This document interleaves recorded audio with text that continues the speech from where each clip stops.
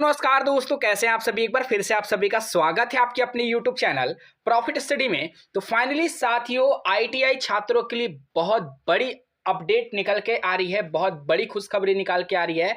और फाइनली यूं बोलिए कि जिस पर्पज से आईटीआई छात्रों ने 1 साल या फिर 2 साल का आईटीआई का कोर्स किया था, फाइनली वो मकसद अब यहाँ पे पूरा होते हुए दिख रहा है। जी हाँ साथियों, सही सुन रहे हो आप। हम बात कर रहे हैं रेलवे ग्रुप डी भर्ती 2025 में जो क्वालिफिकेशन हटाया गया उसके बारे में। ये पूरा सिनेरियो, ये पूरा मामला शुरू होता है 28 दिसंबर 2024 के डेट से कि रेलवे एक नोट क्वालिफिकेशन में बदलाव का नोटिस जारी करता है कि भैया हम क्वालिफिकेशन में बदलाव कर रहे हैं। और 28 दिसंबर के डेट में नोटिस आता है कि सभी पोस्ट पर, चाहे टेक्निकल हो नॉन टेक्निकल हो, सभी पोस्ट पर हम 10वीं क्वालिफिकेशन को अनिवार्य कर रहे हैं। ठीक है, जब रेलवे को यही करना था तो रेलवे पिछले 5 साल 6 साल से क्यों लगातार अपने ऑफिशियल साइट पे नोटिस यहां पे पब्लिक कर रहा है कि नहीं, टेक्निकल पोस्ट पर आईटीआई लागू रहेगा। और उसी नोटिस के बिहाफ पर देश के लगभग 40 लाख आईटीआई छात्रों ने डिफरेंट ट्रेड से, कोई 1 साल का तो कोई 2 साल का,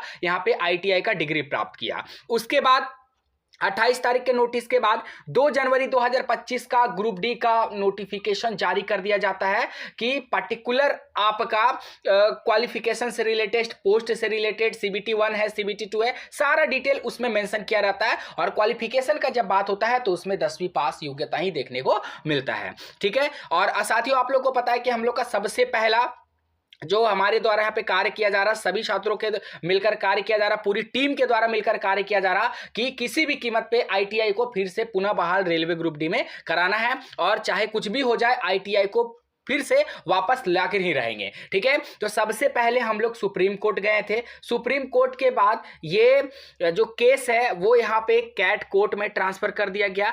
कैट कोर्ट में पॉलिसी वायलेशन देकर यहाँ पे कैट कोर्ट में इस केस को रद्द कर दिया गया। या फिर ये समझिए कि ये जो केस है उसमें ये बताया गया कैट कोर्ट के द्वारा कि ये पॉलिसी मैटर है और कोई भी विभाग जो रिक्रूटमेंट निकालता है वो खुद का पॉलिसी खुद निर्माण कर सकता है। फिर भी हम लोग चुप नहीं बैठे कि नहीं, जब आईटीआई का बेड़ा उठाया गया तो इसको पार करना बहुत ही जरूरी है। फिर यहाँ पे सभी शिक्षकों की राय मंजूरी के साथ मीटिंग के बाद यह मामला गया हाई कोर्ट में, हाई कोर्ट दिल्ली में। और कल के डेट में हाई कोर्ट में सुनवाई हुआ था, जिसमें रेलवे का आज का डेट था। तो आज के डेट में रेलवे और आईटीआई छात्रों के जो वकील थे उनके बीच यहाँ पे बहुत लंबी टाइम तक बहस हुई। ये बोल लीजिए कि लगभग 30 से 35 मिनट तक यहाँ पे बहस चला। ठीक है, और उसमें 5 बेंच का जो जजमेंट था माननीय सुप्रीम कोर्ट का, उसमें यही बोला गया था कि कोई भी विभाग अगर कोई रिक्रूटमेंट निकाल रहा है तो उसमें जो भी बदलाव करना है,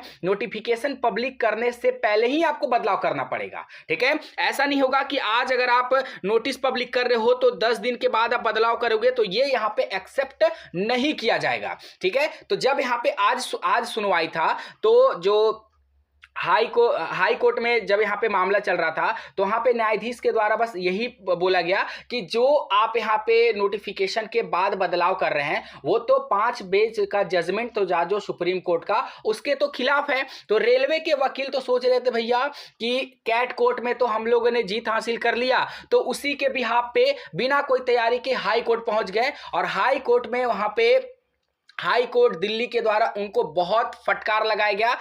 ये समझ लीजिए कि सीधा सीधा बहुत उनकी धुलाई हुई है वहां पे। ठीक है, अब कहने का ये मतलब है कि उनको बहुत फटकार लगाने के बाद जो माननीय आपका हाई कोर्ट है वो भर्ती प्रक्रिया रद्द करने की बात पर यहां पे अड़े हुए थे। ठीक है, कोर्ट के द्वारा ही मतलब फाइनल डिस्कशन निकाला जा रहा था कि इस भर्ती प्रक्रिया को रद्द कर दिया जाए। फिर भी यहां पे जैसे ही रेलवे के वकील ने इन सभी बातों को सुना कि अरे भैया भर्ती प्रक्रिया रद्द हो जाएगी, करोड़ों के संख्या में अभ्यर्थीगण फॉर्म अप्लाई किए हैं, फॉर्म भरे हैं, करोड़ों की संख्या में, अरबों की संख्या में यहाँ पे उनके पास फॉर्म फिलअप के पैसे आए हैं, तो फिर उनका होगा क्या। तो फिर यहाँ पे बहुत बार रेलवे के सीनियर वकील जो थे उन्होंने रिक्वेस्ट किया। ठीक है, माननीय न्यायालय के पास रिक्वेस्ट किया कि नहीं, भर्ती प्रक्रिया को आप यहाँ पे रद्द मत करिए। तो उसके बाद यहाँ पे बहुत रिक्वेस्ट के बाद उनके लिए एक और डेट दिया गया है। ठीक है, तो रेलवे के पास एक और अंतिम मौका है और वो है आपका 28 मार्च 2025। ध्यान से सुन लीजिए, 28 मार्च 2025 का डेट उनको दिया गया है और ये लास्ट फैसला है साथियों। इसके बाद यहाँ पे हाई कोर्ट दिल्ली का भी कहना है कि इसके बाद आपको कोई भी डेट नहीं दिया जाएगा।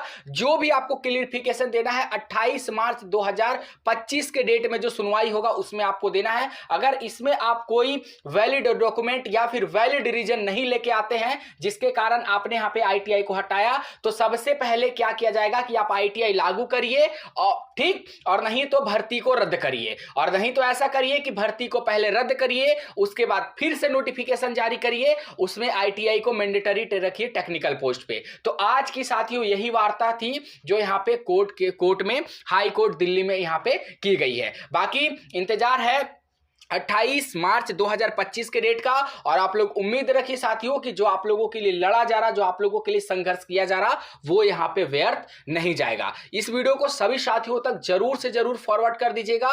और उम्मीद नहीं बल्कि पूरा विश्वास है कि भारत के न्यायपालिका पर कि जो वो फैसला लेंगे वो सभी आईटीआई छात्रों के हित में होगा। अब चाहे रेलवे को भर्ती रद्द करनी पड़े या भर्ती को पोस्टपोन करना पड़े या फिर भर्ती को रद्द करके फिर से बहाली निकालनी पड़े ग्रुप डी के लिए, पर यहां पे आईटीआई को कंपलसरी रखा जाएगा। ठीक है, और हम लोग आईटीआई को अनिवार्य करने के साथ साथ भर्ती प्रक्रिया बढ़ाने पर भी जोर देना है, क्योंकि आईटीआई के साथ साथ भर्ती प्रक्रिया बढ़ेगी तो उसमें सभी का भलाई होगा, चाहे वो नॉन आईटीआई है, आईटीआई है या फिर सीसीए वाले कैंडिडेट हैं। बाकी आप अपना राय हमें कमेंट सेक्शन में मेंशन करके जरूर बताइएगा। इंतजार है 28 मार्च 2025 के डेट में, जब यहां पे रेलवे ये नोटिस निकालेगा कि टेक्निकल पोस्ट पर हम आईटीआई को फिर से यहां पे अनिवार्य कर रहे हैं। बाकी आप लोगों को तो पता ही है, अभी चल कर रहा है कि पूरे जितने बड़े बड़े यहाँ पे कोचिंग माफिया, कोचिंग शिक्षकगण हैं, उनका यही कहना है कि भैया आईटीआई लागू ना हो तो उनका ज़्यादा से ज़्यादा कोर्स बिकेगा,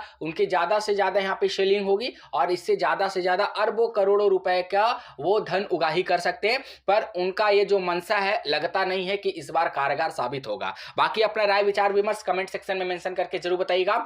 आज के लिए इतना ही साथियों, फिर से मिलेंगे आपसे नई भर्ती नई जानकारी के साथ। तब तक के लिए जय हिंद जय भारत।